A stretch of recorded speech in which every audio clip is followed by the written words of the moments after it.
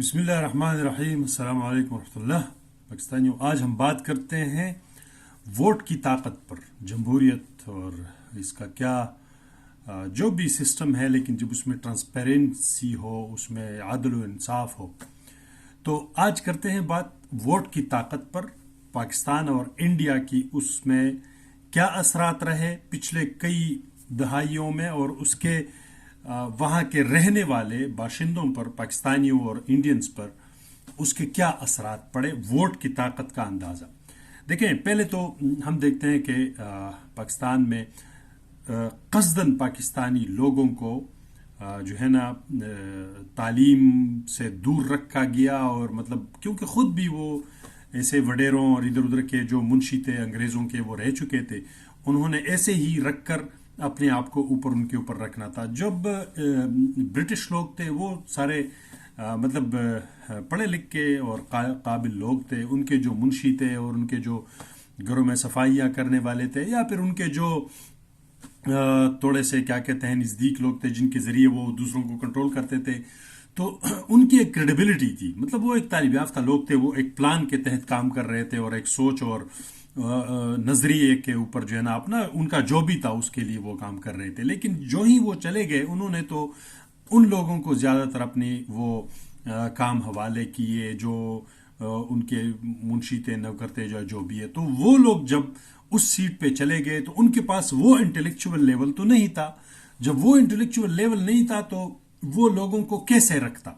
خود وہ نہ لائق تھے، نہ قابل تھے، نہ ان کے، یہ ایسے خدا کا ایک غضب ہے، ان کے بچوں میں بھی کوئی اس طرح آگے کوئی نہ پڑھا لکھا، نہ اتنے کوئی ہائی پروفائل، ہو سکتا ہے بہت کم کوئی ہو جو مطلب علم اور سمجھ بوجھ کے اس پہ میکسیمم انہوں نے کیا کیا، کسی گدی پہ بیٹھ گئے تو گدی نشین ہو گیا، کسی مزار پہ بیٹھ کر تو پیر ہو گیا، تو پتہ نہیں کس طرح اس طرح لوگوں کو ایک مذہب کے ذریعے لوگوں کو کھینچنا شروع کیا، یا کچھ تھوڑا بہت اس کے کوئی آباء و اجداد کو علم تھا، تھوڑا بہت قرآن حدیث کا، اس کو استعمال کیا، اس کے ذریعے لوگوں کو کیا، اور جب وہ بھی چلے گئے تو اس کے بچے رہ گئے، وہ بیچارے تو دین سے دور دور تک ان کا نہ تعلق تھا، نہ انہوں نے کوئی علم کیا تھا۔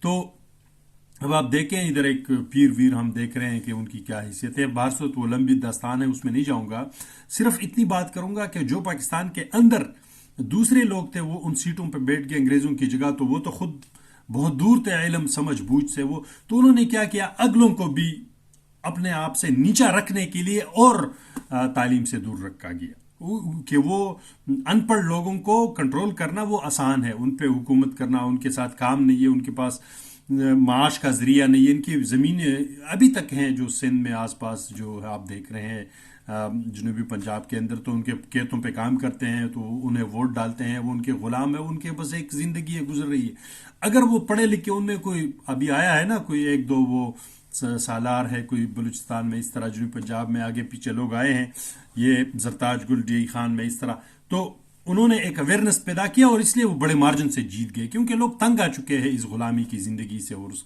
سے۔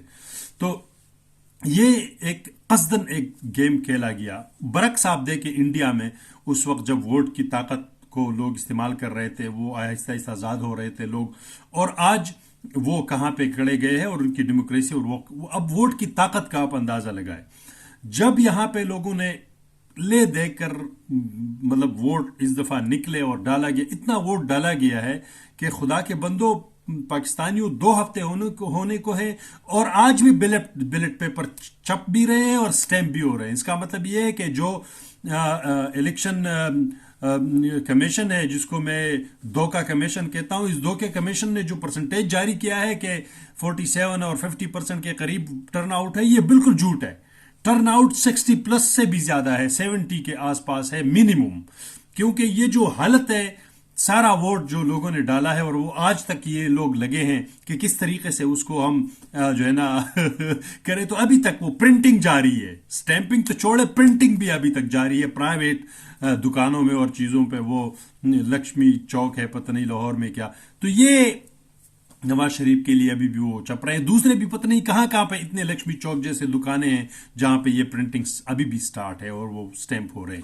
تو ایک تو آپ لوگوں نے جو طاقت ڈالا ہے، یہ ووٹ کی طاقت ابھی آپ کا اندازہ ہوا۔ پہلے پاکستانیوں کو ووٹ کے طاقت کا اندازہ نہیں تھا. کسی وڈیرے خان کو کسی نے مانگا دے دیا 1000 روبل میں بریانی کے پلیٹ میں. آج ان کو اندازہ ہو گیا ہے کہ ووٹ کا طاقت اس کی کیا مطلب ہے. اور اس کو آپ سمجھنے کے لیے انڈیا کو دیکھنا پڑے گا. انڈیا کو دیکھے, چاہے وہ پاکستان کا ایک دشمن ملک ہے جو بھی ہے, لیکن آپ جو حقیقت ہے وہ آپ چھپا نہیں سکتے ہو. دیکھیں ووٹ کا طاقت کیا ہے. ووٹ کا طاقت یہ ہے کہ آج وہاں پہ 3 دفعہ وہ مودی سرکار آیا ہے ووٹ کی طاقت سے. عام لوگوں نے ان کو ووٹ دیا, اور اس ووٹ کی طاقت کا آپ یہ اندازہ لگائیں کہ کل میں دیکھ رہا تھا کہ وہ امبانی, ان کی کمپنی اور لوگ, وہ $570 بلین پتہ نہیں کتنا ان کا وہ بجٹ ہے کہ کیا ہے, وہ پورے پاکستان کے بجٹ سے زیادہ ہے. تو یہ ووٹ کی طاقت ہے. کیوں؟ آزادی ہے. ایک لوگ آتے ہیں, انویسٹ کرتے ہیں, بزنس کرتے ہیں. امبانی کا بزنس صرف انڈیا میں تو نہیں بلا پڑا, وہ تو مجھے یاد ہے وہ پتہ نہیں قازقستان سے لے کر یورپ اور امریکہ تک اپنا چھوٹا چھوٹا کرتا یہاں تک پہنچ چکا ہے. اور دوسرا وہ ہے ایک ان کا وہ مٹل, تو وہ مٹل کا کاروبار بھی کر رہا تھا. تو یہ کیوں یہ لوگ اپنا انویسٹمنٹ پاکستان اپنے ملک کے اندر, انڈیا کے اندر, کیونکہ وہاں پہ آزادی ہے, ووٹ کی طاقت ہے. وہ جانتے ہیں کہ وڈیرا ہمارے اوپر نہیں بیٹھے گا, نہ کوئی بدماش آ کر بیٹھے گا, نہ کسی باہر طاقتوں اور اسٹیبلشمنٹ کے لوگ آ کر ہمارے اوپر بیٹھیں گے. جو لوگ ووٹ دیں گے, عام بندہ آئے گا, وہ ملک کا سوچے گا. مودی شاید وہ اتنا تعلیم یافتہ نہیں, لیکن اس کا جو سوچ اور ویژن اور اخلاص ہے اپنے ملک کے لیے, وہ تو ہم دیکھ رہے ہیں کہ وہ ملک ترقی کر رہا ہے. اب آپ دیکھیں اس کی طاقت. آج میں دیکھ رہا تھا, ایک چھوٹا سا آپ کو واقعہ سنا رہا ہوں جس کی وجہ سے آج مجھے ووٹ کی طاقت کا اندازہ ہوا. دیکھ رہا تھا وہ جے شنکر آج بیٹھا تھا ٹونی بلنکن ہے, پتہ نہیں وہ امریکن اسٹیٹ سیکرٹری کے پاس, اور یورپین وہ بیٹھا تھا. تو وہ عورت سوال کر رہی ہے, تینوں بیٹے تھے, کہ آپ تو بڑے مطلب 40 لحاظ سے اپنے ریلیشن رکھتے ہیں کہ جو آپ کو پسند ہے وہ آپ لیتے ہو, جو آپ کو پسند نہیں ہے اس کو چھوڑ لیتے ہو. اور رشیا کا بھی مثال دیا, آئل بھی آپ خرید رہے ہو اوبر سے, آپ امریکہ سے بھی تعلق آپ کا بہت اچھا ہے, اس کے الائنس ہو. تو یہ کیسے آپ کرتے ہو؟ برکس کے بارے میں ان سے سوالات. انہوں نے بڑے 2-4 ایک باتیں کی. انہوں نے کہا کہ ہم آزاد قوم ہیں, ہم ایک اپنے انٹرسٹ کے لیے جو فیصلے کرتے ہیں, اس کا یہ مطلب نہیں کہ ہم ایک بند باکس کی طرف, اور ہم جو ہے نا اس میں ہر کوئی بندہ آزاد ہے. وہ اتنے کھل کے بات کر رہا تھا. وہ امریکن اسٹیٹ سیکرٹری بیٹا تھا, یورپین سیکرٹری سارے بڑے ہنس کے اس کے منہ کو دیکھ رہے تھے. تو مجھے اندازہ ہوا کہ ووٹ کا طاقت کا کیا مطلب ہے. یہ ایک آزاد ملک سے آزاد وزیر خارجہ ہے جو کھل کے بات کر رہا ہے اپنے قوم اور اپنے ملک کے ایما پر, اور آزاد آ کے بیٹا ہے. تو اس کی بات دیکھو, وہ بھی ہنس کے کس طرح اس کو لیا جا رہا ہے بڑے پیار میں. اور ٹونی بلنکن سے جب بعد میں پوچھا گیا کہ آپ کا کیا, اس نے پتہ ہی کیا کہا, ہاں بالکل ہم تو ریجڈ باس کی طرف نہیں جانا چاہیے, ریلیشن ہم رکھتے ہیں, وہ ہمارے دوست ہیں, ہم آگے بھی بڑھیں گے اور ہم نیگوشیشنز کرتے ہیں. دوسری طرف غلام قوم کو کیا کہا جاتا ہے؟ either we are with us or you are against us. Musharraf کو کہا بش کا کہ آپ ہمارے ساتھ ہو یا ہمارے خلاف ہو, اور وہ سرنڈر ہو گیا. غلاموں کے ساتھ کیسے بات کی جاتی ہے, اور جو اقتصادی طور پر اور مل کر ایک آزاد ووٹ کی طاقت سے ایک جمہوری ممالک کے ساتھ پھر کس طرح بات کرتے ہیں, یہ طاقتور بھی پھر کس طرح بات کرتے ہیں, یہ آپ دیکھ سکتے ہیں پورا میڈیا. تو یہ ہے ووٹ کی طاقت. انشاءاللہ ہم اس امید سے ہے کہ پاکستانیوں کو ووٹ کی طاقت کا اندازہ ہو چکا ہے, اور انشاءاللہ اسی طرح ملک کو آگے بڑھنے دیں گے. انشاءاللہ عزیز. پاکستان زندہ باد.